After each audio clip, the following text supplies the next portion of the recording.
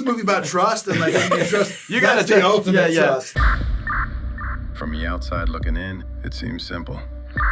Seize the cash, count it, and turn it in. Congratulations on the film. Thank you. Amazing film. Well, Matt, you're a fair boss, because I asked your castmates as well, what would Matt be like as a boss in real life? And they were like, a fair boss. So, Oh, good.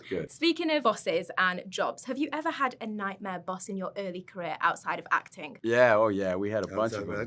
Yeah. Oh my God. I like to think they were nightmares because they fired me. Yeah, I got fired from Dance Plus, and then we ended up working at Croissant du Jour that that summer. was the guy I was not. And Mark McGovern was our boss, who was our friend. So he wasn't Sometimes a that's nightmare. tough. That was tough. Yeah, He makes didn't get sense. the most out of us. Yeah, exactly. Yeah. You don't want to be too comfortable with the Yeah. boss. Yeah. Where else? We worked at construction at Majority. Well, at the movie theater. At the movie theater, but We were largely unsupervised. largely How supervised. hard is it to tear tickets? We could be counted on to do Tear the that, ticket, open This the is the day door, when you The bare actually minimum. serve the popcorn, Yeah. sweep the theater after. Yeah, bare minimum. The bare minimum. reliable. Yeah. Yeah. There's $1.4 million in this bucket.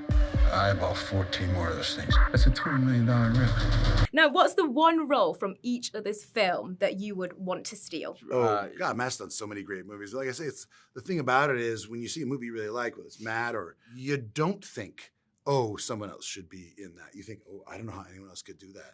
Although Matt's had some great movies that I think that people don't talk about as much, like The Informant or Stillwater or this movie called The Good Chef. I mean, so there's more like movies I would want to move up the public sort of filmography. But I think maybe we're friends because we don't sit around fantasizing, Envying stealing each other's- yeah. I was going to movies. say, Yeah. best friends. Yeah. Yeah. There's yeah. guys I want to take their movies from. It's not You don't Matt. fancy being Batman? No, that I don't. That looked like hard. I watched him prepare for that, and it was 9 months. He put on something like 35 pounds of muscle, and it just looked like a tough sledding. I tell you what, I'd like to be in a Chris Nolan movie. I can tell you that. I would like to be Chris Me Nolan. too. Yeah, that's evident. I'm really looking forward to Odyssey that's coming out. I'm very excited about it. And that's the thing. It's not so much roles as filmmakers. One of the things I really kind of watched and learned from Matt was his very early relentless focus on selecting films and seeking out filmmakers to work with. And it turned, and as a consequence, he's got this the greatest resume of directors with whom he's worked of anyone alive. And that has certainly become my own. Like, it's not even first about this. If a director were to call me, it really would be like a day, a week, because you learn so much. And I like steal from all this. I learned everything. So That's what Coppola always used to say. He would say, "Steal from the best." That was literally, and his father had told him that. And at the winery, he sells these little cigars that his father used to like to smoke, and they're called Carmine Thrifties because his dad's name was Carmine, and he was kind of cheap. So the cigar's called Carmine Thrifties, and on the side, in quotes, it says "Steal from the best." All right, we gotta be smart right now. This is about Yes, trust. yes. Dude, it's me and you, okay? In the film, there is a powerful line, which is Dane's tattoo. Are we the good guys? We are and always will be. Now, if you could tattoo something on each other, what would it be? that is a question that has never crossed my mind. And I rarely sit at home thinking, I wonder what I'd like to tattoo on Matt's body. I did hear a story about that though. Really? I don't know if I ever told you that. Uh-huh. That Taika, when they were doing Thor Ragnarok, had a tattoo gun, and Really? and which is bad news. and he and Chris Hemsworth were sitting there, and Taika was like, "I want you to tattoo the bottom of my foot, and you can write anything you want." And Chris literally, and it's the funniest thing. It looks like it because he'd never used a tattoo gun. They're hard. They're hard to Yeah. do. So it looks like a 5-year-old or 6-year-old did this, and it just says, "I heart CH" at the bottom of Taika's foot. Maybe that's what you can both do. But you know what? This is a movie about trust, and like you trust. You gotta that's the trust- ultimate yeah. trust. Yeah. See that little dot there? Yeah. That little dot on my finger, we had a tattoo artist and someone was getting a tattoo and they let us use the gun, and my wife and I just gave each other a little tattoo right where the wedding ring goes. You a snitch, Mike? Ben, we do see that Matt is the boss of the group in the film.